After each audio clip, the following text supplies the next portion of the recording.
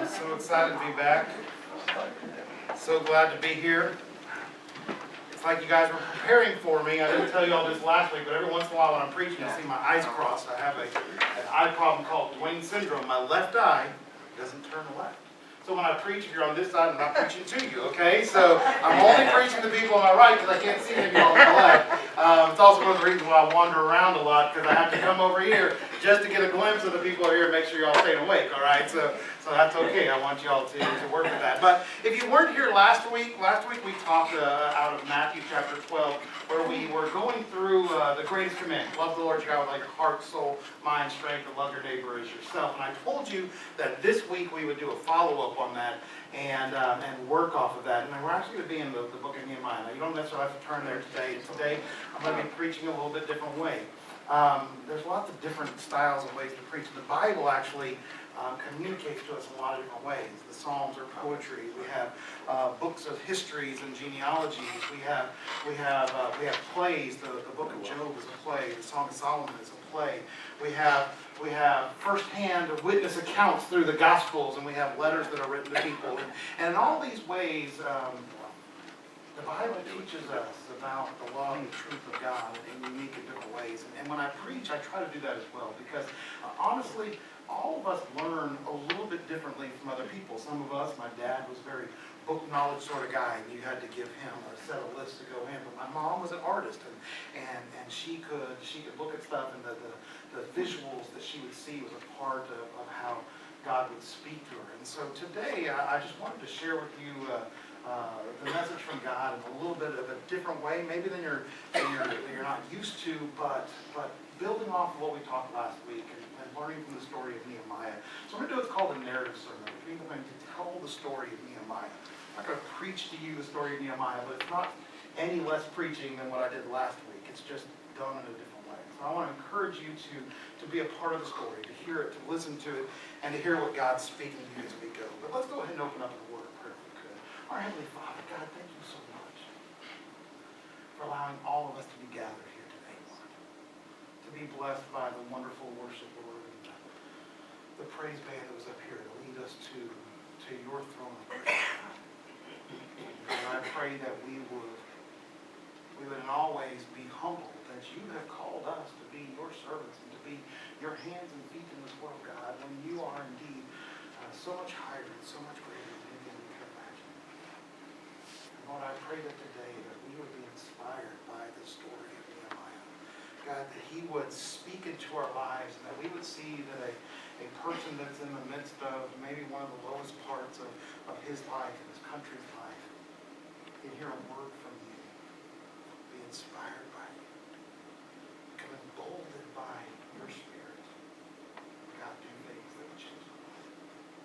Lord, I pray that you be with us today, Lord, that you would speak into our hearts. In your name we pray. Amen. I have to be faithful. I have to be strong. Are you powerful? I thought it was on. Can you not hear me? I told him I promised to not get it right this time. Okay, I'm on, but maybe I'm muted. Is that better? Yes? No, you're muted. It's Now just muted? low. It's just low? She can hear me? All right.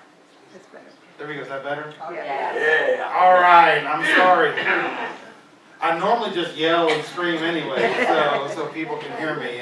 And I was a school teacher for a while, so when all else fails, you just talk over the murmur. But good. I hope that's better. I hope you don't hear me now. All right. So let's start over again. I've been faithful. I have to be faithful, and I have to be strong.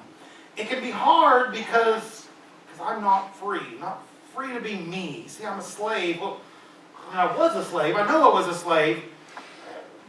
I'm a servant now? I don't really know for sure. I was definitely a slave at one time, and my country was brutalized, and I was kidnapped and taken away by a foreign land. But then that country was taken over by another country, and that guy said that we're free, but it sure feels like I'm still a slave. It sure feels like it was before. But I guess even though everybody around me is cursed, maybe I'm more blessed than most of the other people. You see, I'm a servant, but I'm a servant of that new king. I'm his cupbearer. I'm Nehemiah, the cupbearer. What does a cupbearer do? Well, it means that I get one bite of the best food in all the land to make sure it's not poison. So far, so good. You know, there's so many people that are here in exile that have given up hope. They don't even talk about home anymore. I mean, some have just accepted that this is the best that we can do. This is the lot that we've been given our life. People in exile become a people without an identity. A people without a country. They give up. They're done. Exile can be the rock bottom. Or you can choose to make it a new beginning. You see, not everyone has given up. Yeshua, the son of Jehozadak, joined his fellow priest Zerubbabel, son of Shealtiel, and with his family, they began rebuilding the altar of God in Israel. They wanted to sacrifice burnt offerings on it, as instructed in the laws of Moses, the man of God. And even though the people were afraid of the local residents, they rebuilt the altar of God right on the old site. Then they began to sacrifice burnt offerings on the altar of the Lord each morning and every evening. That's the dream. And make a new beginning at home. Can you believe it? They have rebuilt the altar. They are sacrificing and worshiping the Lord right there where the original temple sat. The one that Solomon built. They're sacrificing and worshiping God there. I've talked to people who've actually been there. My brother Hanani, he worshiped God there and offered sacrifices there. Oh man, they've been able to fully open themselves up to God and be able to give their all to Him. It's a jewel. It's a treasure. Oh, but it's still so sad. You see, Hanani came back and he shared with me the joys of worshiping God, which is so wonderful. But then he began to talk about the city of Jerusalem. He said, I wouldn't believe the decay that the city was in. It was destroyed. It was crumbled. It was in ruins. Thieves wandered around the streets and marauders would take anything they wanted. The walls had been knocked down. There were huge gaps in them, and there were some places that the walls didn't even exist. They had knocked down the gates, and they had burned the timbers, and they had destroyed everything about it. It broke my heart. Jerusalem had become no better than a ghost town. The wealthy, the people that could afford to do something about it, that they moved out down to the valleys. They lived in their villas. And they would take the money that they had and they would pay off the local rulers in order to stay safe. The poor can't do that. So they end up selling themselves off into slavery. They've lost their lands. They've lost their families. And many of them have lost their own lives. And when I heard the story, I sat down and I wept. I couldn't do anything else. In fact, for days, I mourned. And I fasted. And I prayed. I prayed to the God of heaven. I love the Lord. But sometimes to love God with all of your heart, you live on this edge of jubilation and brokenness. You see, worshiping God will give you the greatest joy that you could ever imagine. Your heart will swell with passion. It will beat twice as fast as it should. But just when you get to that point of jubilation that you think it will never ever stop again, that same heart of joy begins to break. Why? Why must my home be so beaten up? Why must it be so fragile? Well, why am I so vulnerable? Why are there so many problems? My broken heart, it scares me. It scares me so many times. I mean, I'm good where I am, right? Aren't I? I got a good job. I've got myself taken care of, but I must act strong and I must act happy today because I work for the King, and to not be happy and to not be strong would displease Him, and it would cost me my life. Does that then make me unfaithful to my country because I pretend to be happy? Because I act like everything's okay so people around me will think things are normal. If I don't do what God's put on my heart, then am I faithless to Him? I've read His words every single morning. and they speak to me, and they scare me at times. Faith and obedience are terrifying foundations for us to build our lives on. I mean, if faith in God and obedience to God was easy, then would it be faith anymore? We would all do it. But I see the problems. My heart's broken and my soul aches. And I ask, what can I do for God? I mean, for days, I agonized. My safety, my country, my duty, my calling, my job, my God, my heart, my soul. Was there really any debate? Could I do anything else? Oh Lord, the God of heaven, the great and the awesome God who keeps his covenant of unfailing love with those who love him and obey his commands. Listen to my prayer. Look down and see me praying night and day for your people of Israel. I confess that we have sinned against you. Yes, even my own family and I have sinned. We have sinned terribly by not obeying the commands, decrees, and regulations that you gave us through your servant Moses. Please, God, remember what you told your servant Moses. If you are unfaithful to me, I will scatter you among the nations. But if you return to me, obey my commands, and live by them, then even if you are scattered to the ends of the earth, I will bring you back to the place I have chosen for my name to be honored. The people you rescued by your great power and strong hands are your servants. Oh Lord, please hear my prayers. Listen to the prayers of those of us who delight in honoring you. Please grant me today success by making the king favorable to me. Put it into his heart and be kind to me. My heart and my soul have found a place of harmony finally. Together they were broken before God, but they were trusting in his call. So if I prepare my heart and I steady my soul, why would I then fail to prepare my mind for the things that God's called me to do? I never want to neglect the tools that God has given me. So in faith, I set out on a plan to rebuild the walls of Jerusalem. We had so many things that needed to be done. You might think it's a simple thing. It's just stacking rocks, building a wall. But it's not just doing that. Building a wall took months and months of planning. We would have to reuse or remove so much of the old rubble in order to get a start on things that we were going. We needed to build gates, strong gates, big gates with large logs and timber. And every single one of those gates would need to be reforged with new locks and new hinges. Who even does that stuff anymore? Who knows somebody that can make iron locks for those walls? I didn't know, but I needed to find out. I'm going to need mortar, I'm going to need stone, I'm going to need iron, and I'm going to need many, many, many sturdy tall trees. Plans were drawn and they had to be discarded, and new plans were made and they were redrawn and then they were reimagined, and finally my broken heart filled me with this passion and this purpose for the plan. My soul gave me courage, my hope that God's plan would succeed. There were no guarantees. So much was faith and so much was hoping and so much was just loving and trusting in God. I did not know when God would call me, but I was ready. And it was that night. My sleep, it was disturbed. I couldn't get comfortable. I couldn't rest. I kept seeing images of decayed Jerusalem, overrun by enemies that were taking advantage of all the people around. I tossed and I turned. I had no peace in my sleep. Then the call came. You see, the king required my service that night. And like a dutiful servant, I prepared myself and I rushed off to my job, but I was so tired. I could hardly contain my emotions, but there I was.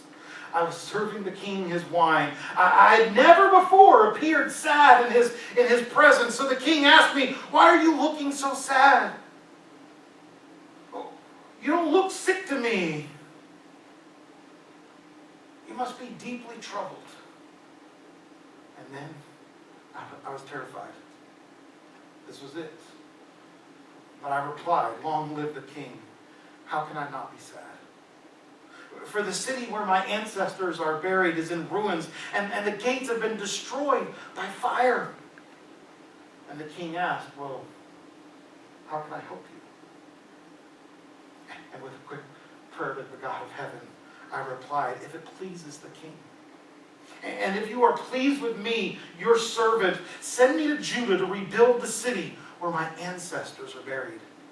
And the king, with the queen sitting beside him, asked, "How long will you be gone?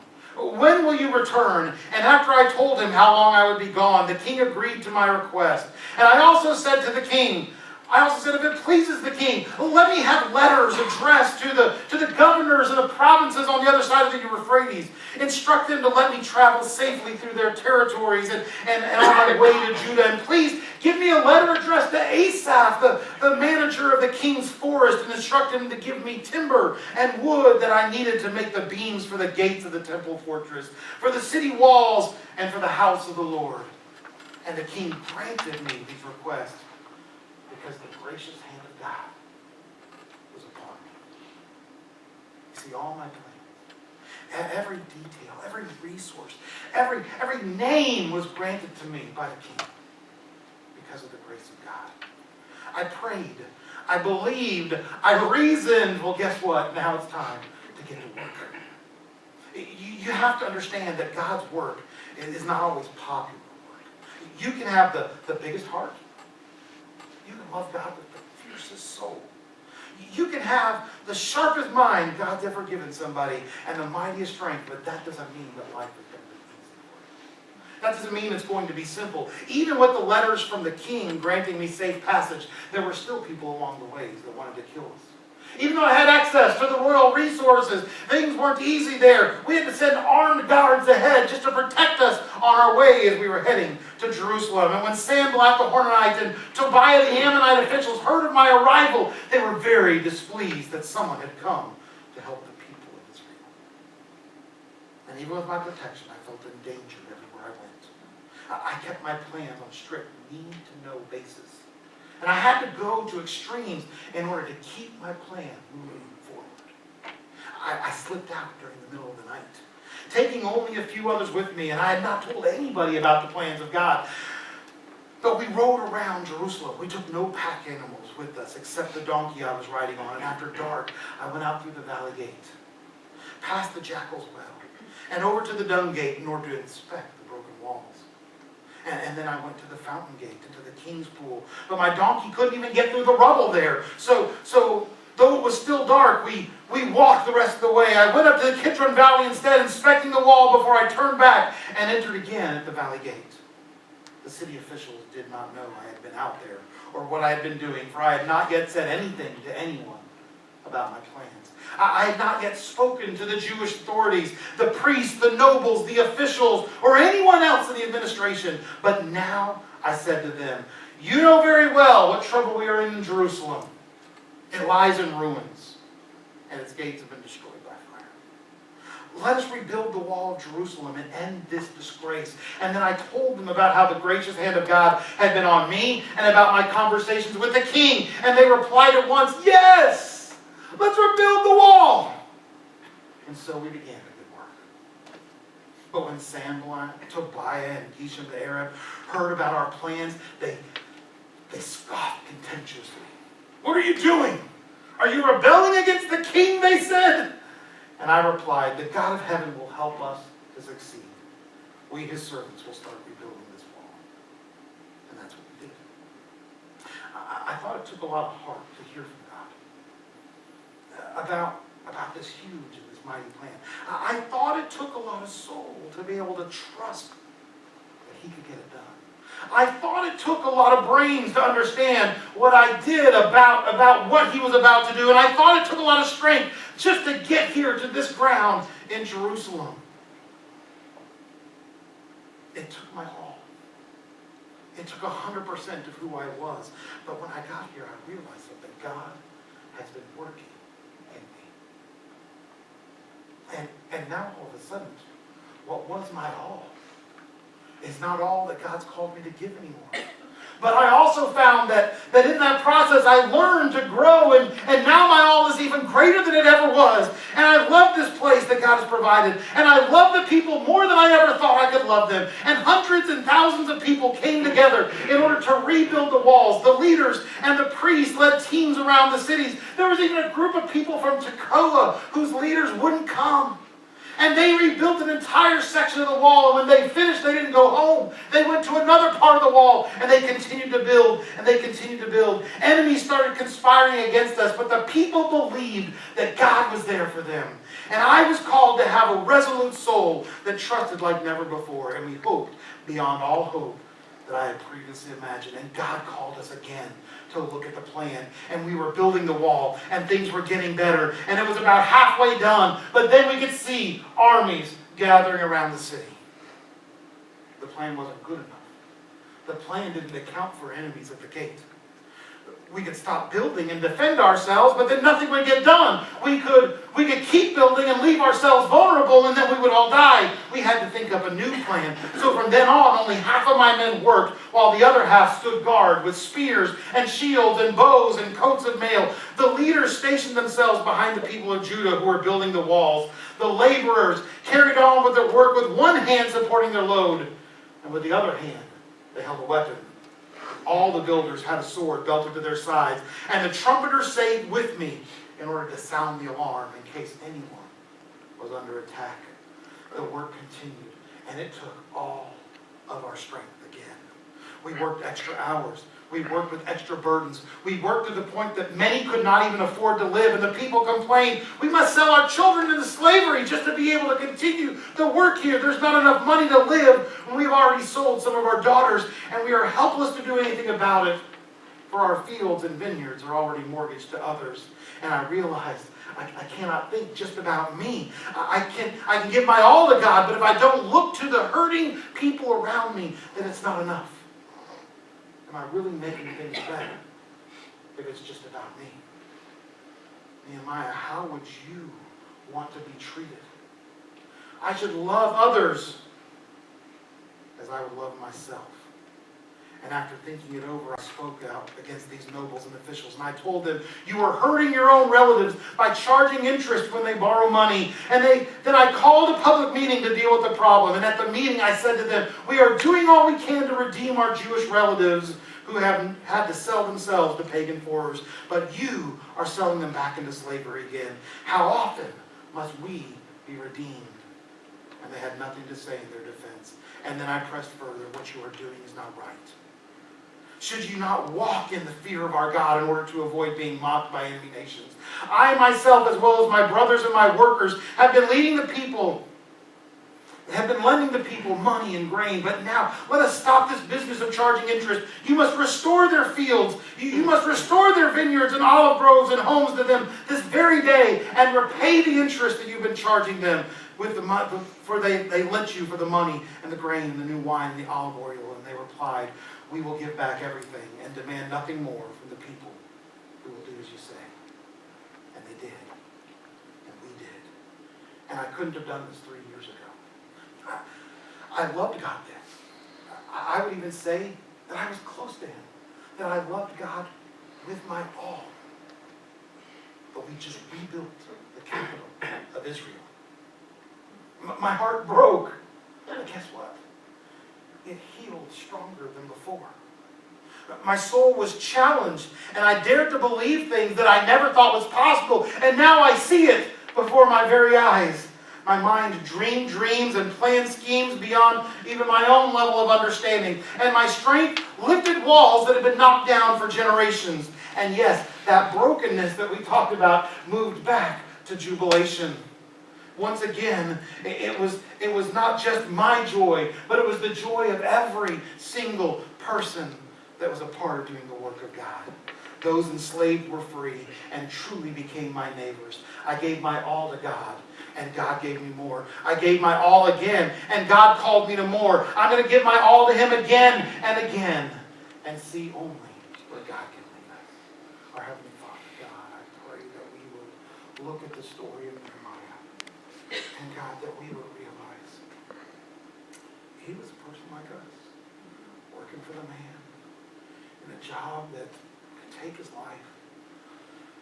Work in, work out as a slave, servant, worker, whatever he called it, but it was on demand. Not living the life that he chose. And you said, I choose you, Nehemiah. Nehemiah, love me with all of your heart. he did. And it meant his heart broke. And it meant his heart had joy. And God said, love me with all of your soul. And Nehemiah did. He trusted God. Even doing things that might lead to his own death and destruction. And God said, love me with all of your mind. He did. He didn't just say, oh, well, I trust God and maybe the wall will fall out of the sky. He thought and reasoned and engineered and worked for months to make plans for how to rebuild the wall. And God, you said, love me with all of your strength. And he didn't just hand the plans off to somebody else, but he led a team across nations to a ruined city and stone by stone rebuilt that wall. And God said, love your neighbor as yourself. And Nehemiah didn't take for himself, but he gave and he gave and he gave in order to see his people free. Lord, I pray that we would look at Nehemiah and see that you have put that in our lives. Jesus, you told us the greatest commandment was to follow those, love God with our heart, soul, mind, strength, love our neighbors ourselves. And it wasn't a call you gave to your pastors. It wasn't a call you gave to elders. It wasn't a call you gave to a worship team. It was a call you gave to your people. The people that want to be called children of God. And I thank you so much that you didn't ask Nehemiah to do stuff that was beyond his ability. God, that you asked him to do what he was capable of doing at that moment. As a cupbearer of the king, what can you do right now? But God, I'm also thankful that you didn't keep Nehemiah there. You didn't say your destiny is to always be a cupbearer. But God, that you guided him. You guided him. You led him. You matured him through that process. And when you asked him to love you even more, when you asked him to do greater things, he was prepared and he was ready. God, you have matured him in his life. Lord, I pray that we might be prepared to hear the call that you have for us. By even this very day, preparing ourselves, heart, mind, soul, strength. That we might stand tall in the faith that you've called us to. And that we might not be content just to be a participant in somebody else's story. God, like you told us, that we will be your witnesses. That means we will be people that have seen the working power of God happening around us because we are in the midst of you doing great things.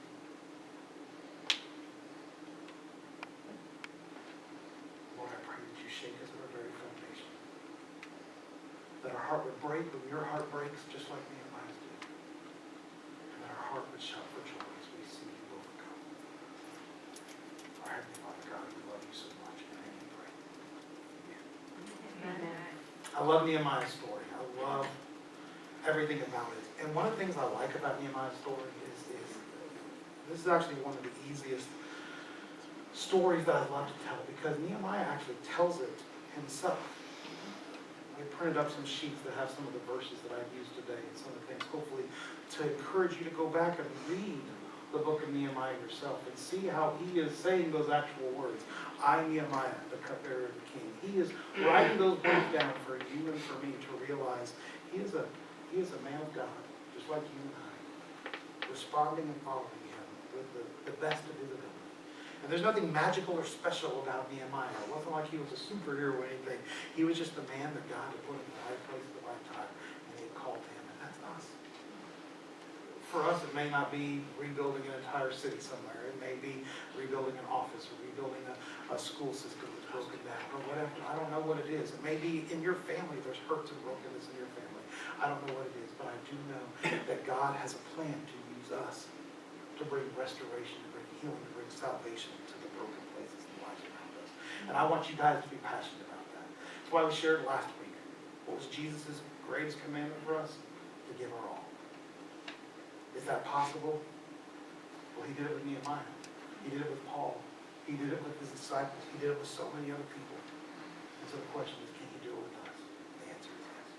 Thank you all so much for letting me be here. I hope God is moving and inspiring and working in you. And I look forward to shaking all your hands more and getting to know each and every one of you so much more. It's just been a blessing to be here. I think we're going to